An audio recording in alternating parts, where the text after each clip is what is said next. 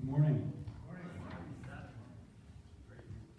So, for those who have been attending Sabbath school over the past quarter, or keeping track in quarterly, one of the things we're discussing is unity. And that's part of what I want to speak about today. Last week, I believe it was, when we were discussing it in our small group back there, one of the things that I mentioned was that John is probably my favorite gospel because of the intimacy, because of the imagery, because of the powerful words that he uses. It's a letter of adoration. I see it as a letter of adoration from someone who spent time with Christ when he was on earth and came to know Christ and came to love Christ. The imagery, we'll get to this in just a little bit, but of John, say, shortly after Jesus washed the disciples' feet, of John leaning back onto Jesus' chest and just talking to him. You see this closeness there. And then the words that John uses. In the beginning was the Word, and the Word was with God, and the Word was God. You can hear that. I can hear it in a James Earl Jones type voice. It's like the opening of some great play. You see this type of imagery in John 14, especially 14, verse 2. I'm going to read verses 1 through 3, but John 14, verse 2 especially. There John says, quoting Christ, where Christ said, "Let not your heart be troubled. You believe in God, believe also in me. In my Father's house are many mansions." I'm reading from the New King James. We'll talk about that in just a second. But in my Father's house are many mansions. If it were not so, I would have told you. I go to prepare a place for you. And if I go and prepare a place for you, I will come again and receive you to myself, that where I am, there you may be also. So in here in the New King James, it says mansions. The word in Greek is monē. It can be also translated in more intimate terms. It can mean mansion. It can also mean an abode, a dwelling, a habitation. How the NIV translates it, many other translations as well, is many rooms. So then you go back, you read it again. In my Father's house are many rooms. If it were not so, I would have told you. I go to prepare a place for you. I like the translation rooms, especially in the context when we see where Christ says, "In my Father's house." In my Father's house are many rooms. To me, it makes more sense, and I like the intimacy of it. I like the closeness of it. I like the idea of knowing not only that God has a house, and that in it there are many, however you want to translate it, there are many places for us to stay. And also that Jesus himself is going there and preparing that place for us. He has a place for us in mind. In his house, in his dad's house, there's a place for us, and he's going to go and he's going to get that ready for us. Amen. We have some family. One of the things that my wife and Solange, neither of which are here right now. Solange is sick. She got a fever last night, and so I'm alone and unafraid here this morning. But one of the things that we like about living here is that we have family down in Simi Valley. We have some aunts, some uncles, some cousins down there. In particular, there's an aunt and uncle that we go down and we visit fairly often. And I like knowing that when we're going down there to visit them, we know the room that we're going to stay in. I know that there are going to be fresh sheets on the bed waiting for us. Solange has her own little room that she stays in. We had this debate whether it's a trundle bed, and so we didn't realize that she was very firm in the opinion that it's a couch. And so we're trying to explain, well, actually it's a bed. She says, no, it's a couch. And so she has this place that she knows where she's going to stay. We have this place where we know where we're going to stay. And when we get there, we know that it's been prepared for us. We know that my uncle is going to go to bed early because he is early to bed. He's also early to rise. We know that my aunt is a night owl like myself, and so my aunt will stay up with us, and we'll sit on the couch and we'll just talk about whatever. My daughter knows that this is the one time where there is no rule as to when she can get up and out of bed. Because my uncle, she knows, will be up waiting for her. My uncle will be already out in the living room or in the kitchen, and he's going to be ready to make her some scrambled eggs. And that is something that every time we go down, she talks about that she's looking forward to. She's looking forward to my nearly 80-year-old uncle waiting for her in the morning and just ready to sit at the table with her and have some eggs with her. We know that in my aunt's and uncle's place, there is a room waiting for us. I love this house, this idea of house with rooms of intimacy. I'll also admit that it can sometimes seem like a threat. In my Father's house, there's not just one room. There's many rooms. That means that we're not going to be the only ones there. And so we look to the left, we look to the right, we wonder what kind of housemates we are going to be living with in our Father's house. But there's an important message to God's house with many rooms, and that's what I want to discuss this morning. I want to talk about what that means and how we can prepare for that, for living in God's house together, how we can prepare for that here and now, what that looks like here and now. Amen. Some of you know I'm in the Air Force, and so my wife and I, and my daughter after she was born, we've moved around. We've lived in a number of different places. We came here from Montreal, Canada. We were in Canada for a year, and we've lived in Los Angeles. We've lived in Charleston. We've lived up in the Bay Area. Before that, my wife and I volunteered for 2 years at an Adventist school in Thailand, and so between all that, we've gotten to travel around a bit. We've gotten to see a number of different places, and especially in Thailand, we're volunteering, so we're living on a volunteer's stipend. We still like to travel as much as we could, but the budget was always tight, and so there's an array of places that you stay in. We stayed once at a room of a lady who this was at a beach town in Thailand, she would rent out some of the upper bedrooms in her house. $5 a night, very cheap. You go, she walks you up, she shows you your room, you open it up, and it's very simple. It's a bed. We were fortunate enough, we splurged a little bit, and we had a place that had a bathroom attached to our bedroom. I remember going in there and being very happy about the $5 a night. I remember going in there and washing my hands in the sink. As I'm washing my hands in the sink, I feel splashing at my feet. And I step back and I look down, and there's no pipe from the sink down out. It just drains right down onto the floor. And so it was budget accommodations. There was another place that we liked when we were feeling very, very wealthy, very affluent. There was a $12 a night place that we could stay at. And this is in another beach town. And it was a good memory. And this one was right across the place from the beach, right across the street from the beach. You could walk down, and there were people who sell fish and fry up the fish for you, and you could eat the fish. So many good memories. Another type of place that we've stayed at is a hostel. And that's what we refer to in the title for the sermon, Beyond Hostel Christianity. And I mean it, hostel, H-O-S-T-E-L. It can be pronounced H-O-S-T-I-L-E, and there may be a relationship there. But I'll let you think about that on your own. I'm not going to dig too deeply into that. But a hostel, for those who are not familiar with hostels, is a place where if you're wanting to travel, if your desire to travel surpasses the money that you have in your pocketbook, you can stay for cheap and at a hostel, which is sometimes you have this big open bay area where everyone stays in there. Sometimes there's this open bay area, but then you also have smaller rooms, and you can pay to be in a room with maybe 5 other people who you don't know.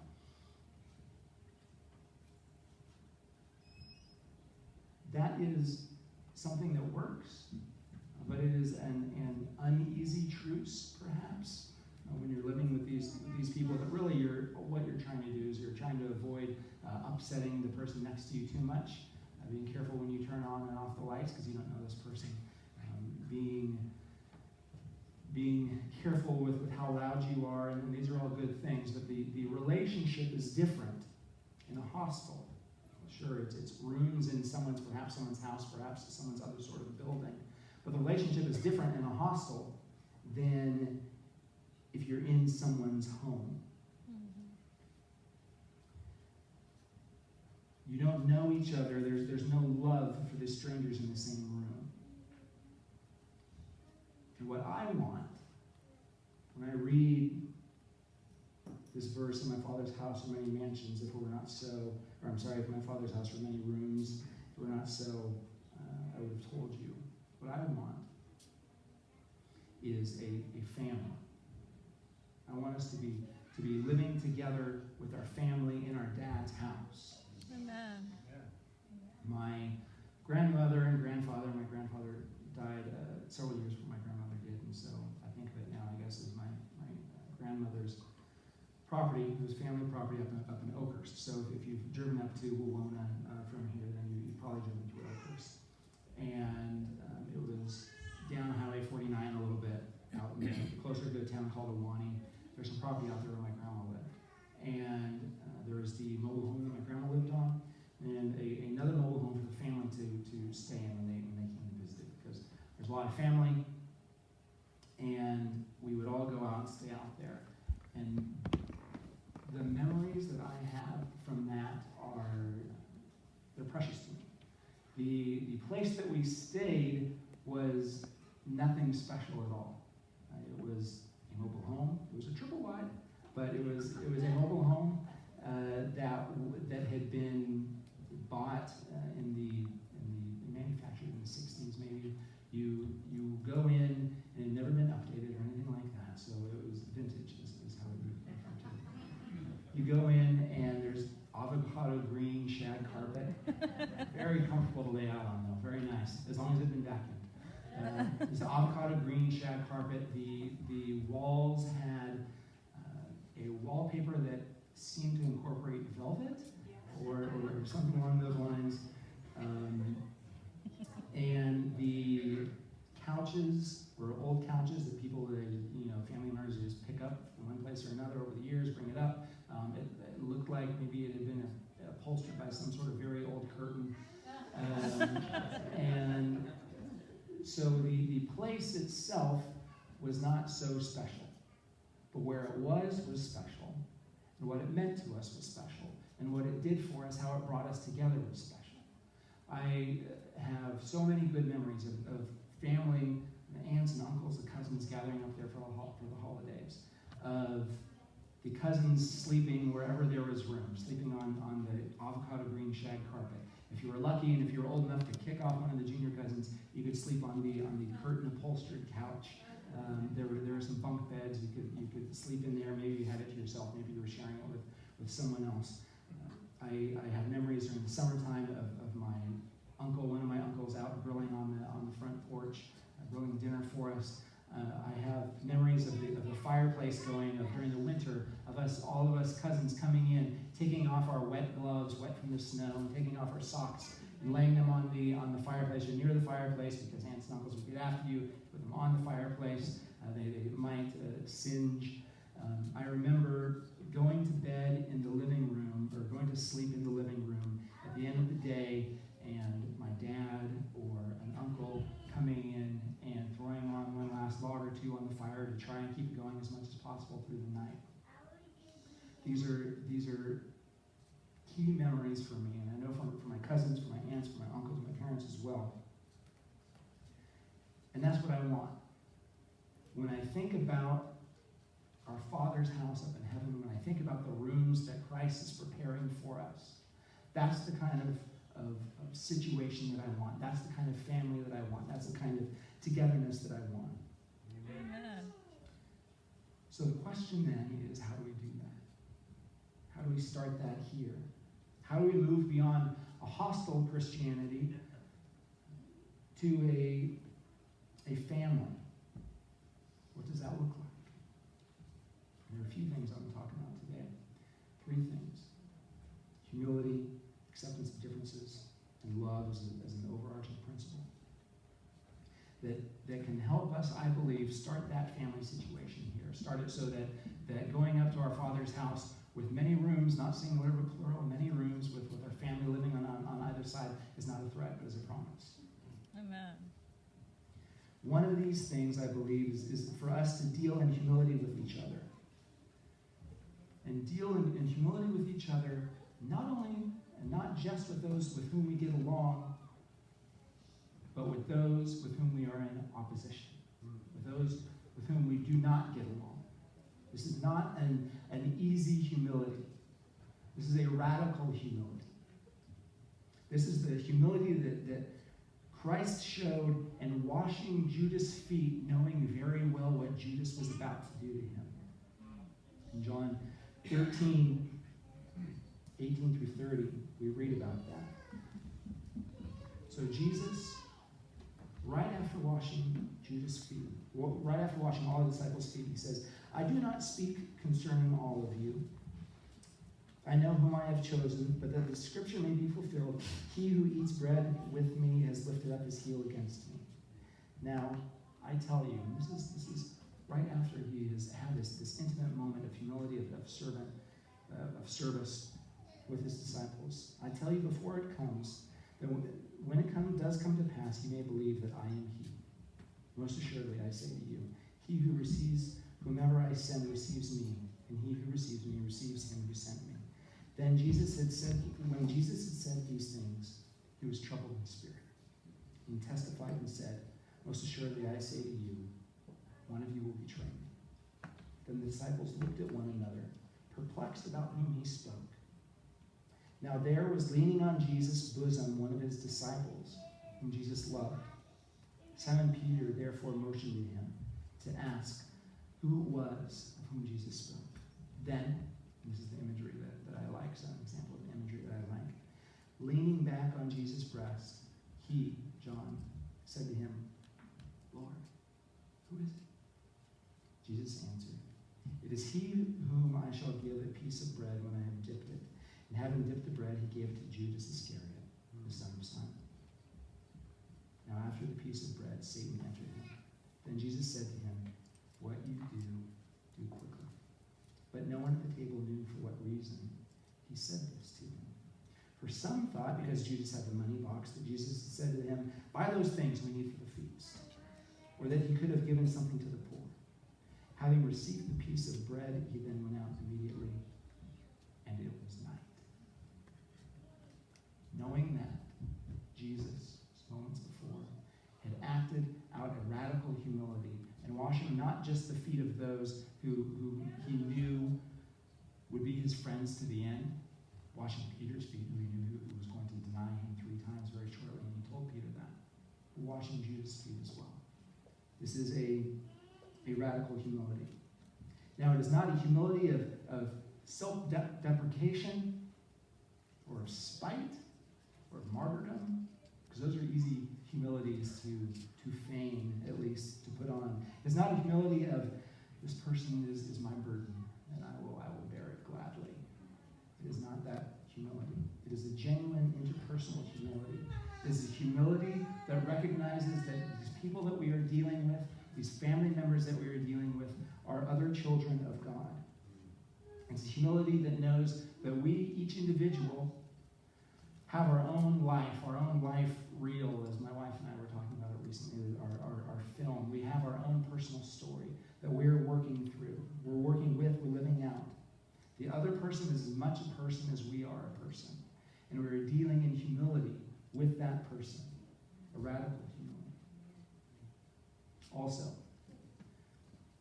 we accept our differences. When we take on this humility, the second thing is we accept the differences. And the understanding of this makes it easier for us to accept those differences. Now, it is important to know, we've talked a lot about this quarter about unity, and I'll point out that unity is not uniformity.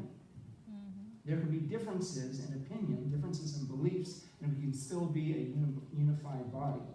And we can accept those differences. Romans 14, 1 through 5. I'm going to go 1 through 5 and 10 through 13, just because in the middle it's a little bit dense, and you can feel free to read the whole piece yourself. But Romans 14, 1 through 5. Receive one who is weak in the faith, but not to disputes over doubtful things.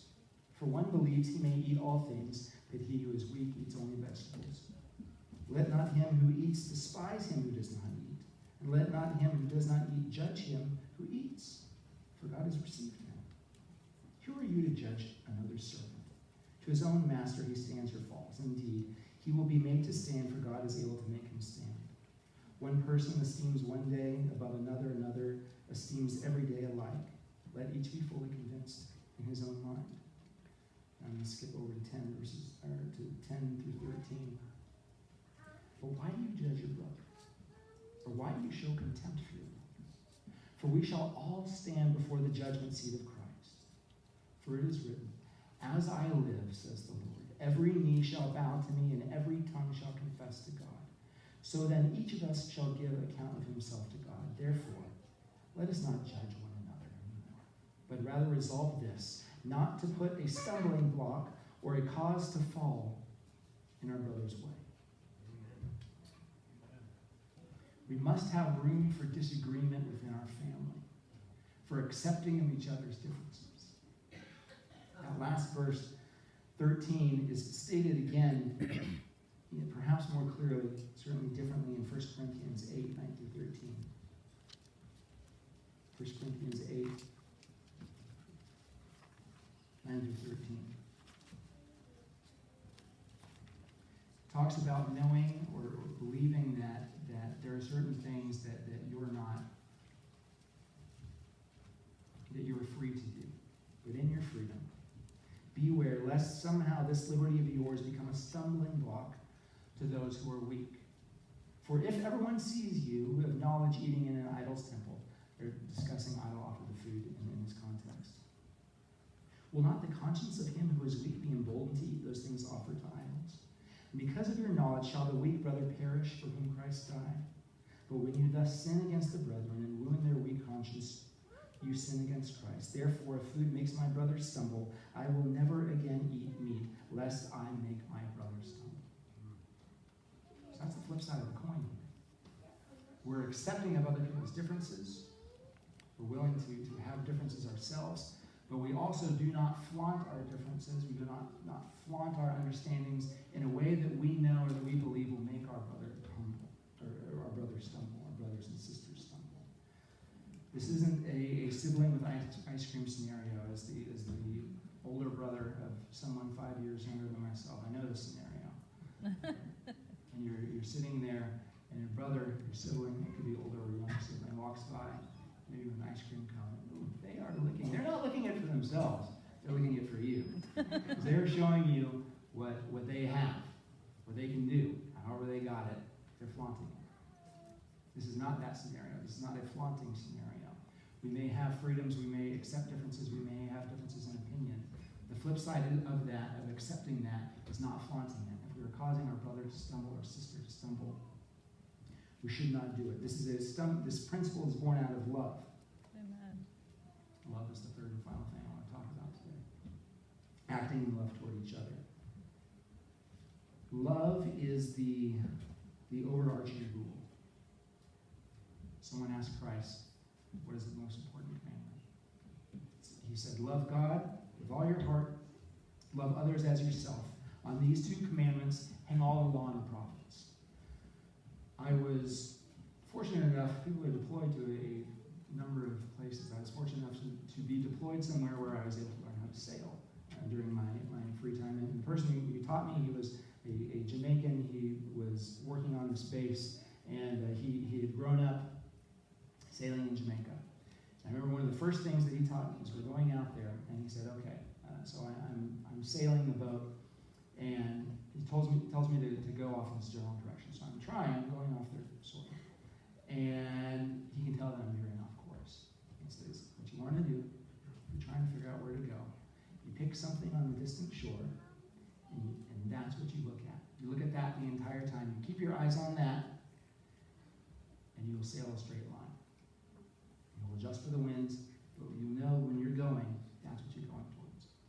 That's what love is for us. When we are prioritizing what we should be doing, when we're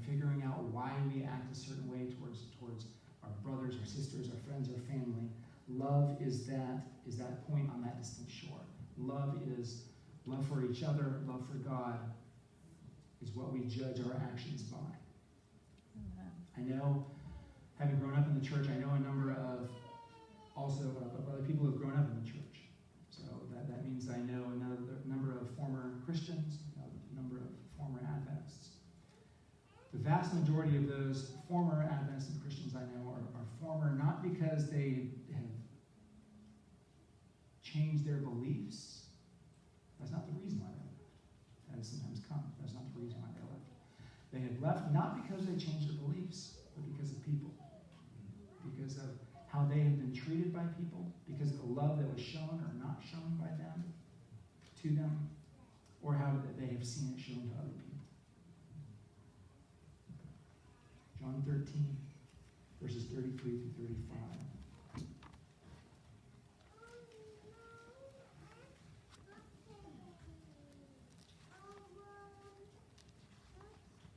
It says, little children, this is Christ again speaking. Little children, I shall be with you a little while longer. You will seek me, and as I said to the Jews, where I am going, you cannot come. So now I say to you, a new commandment I give to you, that you love one another, as I have loved you, that you also love one another.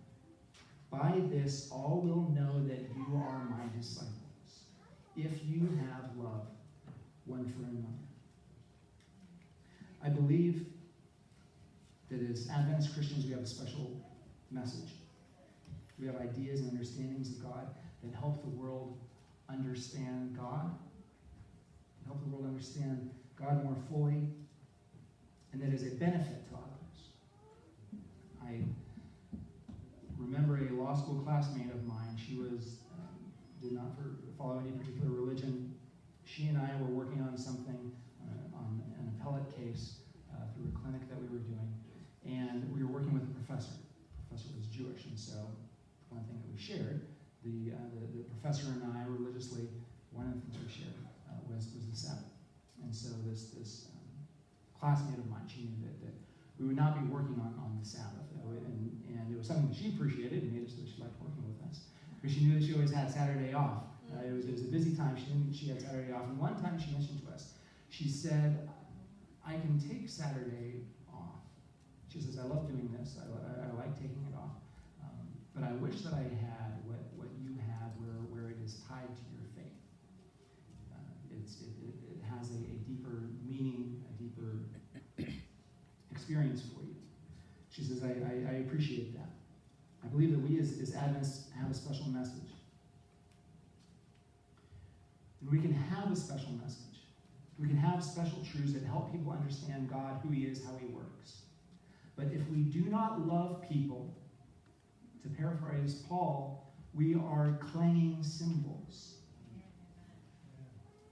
If we understand all mysteries and knowledge, as Paul said, 1 Corinthians 13, all mysteries, all knowledge, if we understand the state of the dead, if we understand sanctuary theology, if we know who should and shouldn't be ordained as pastors, but we do not love each other, we are nothing. That's right.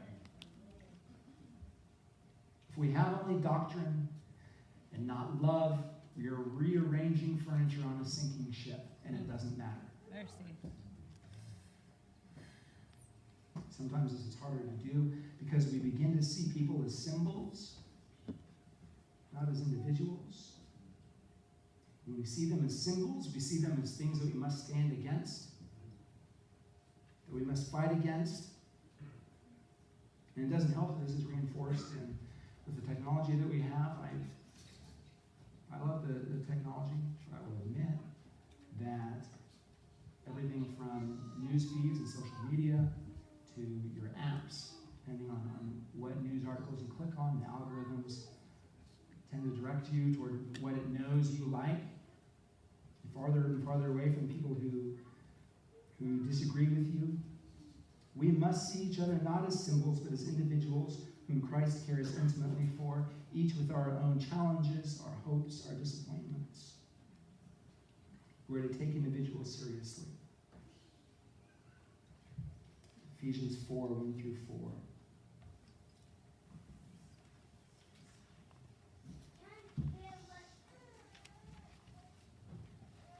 Paul says, I therefore, the prisoner of the Lord, beseech you to walk worthy of the calling with which you were called, with all lowliness and gentleness, with long suffering, bearing with one another in love, endeavoring to keep the unity of the Spirit in the bond of peace. There is one body and one Spirit, just as you were called in one hope of your calling. If we are to be a family, we must treat each other in love. Amen. I'll briefly say that the Oakhurst story does not end particularly well. After my grandmother died, there was shortly after disagreements over what to do with the property. It ended up being that a court decided for us and they made it so that none of us had the property. And that's fine. The point is that the world is looking for a family to be part of, one that isn't torn apart, that lasts, one that isn't turned over the courts for decision. The world is looking for a church family to look into and to see Christ. Amen. In my Father's house are many rooms. Rooms where the family of believers will come to live together. May that family life begin here. May those looking in know that we are followers of Christ by seeing how we treat our brothers and our sisters in Christ. Amen. Let's pray. Dear Heavenly Father, I pray that you work on our hearts, that you help us to see you in others, that you help us to treat our brothers and sisters in Christ as the family members that they are, as the family members that they should be treated, and that through that others will be able to look in to us, to our church, to our family, and to know there's something special, to know that you're among us. Thank you for bringing us together. Please be with us as we go out into the world. In Jesus' name, amen. Amen.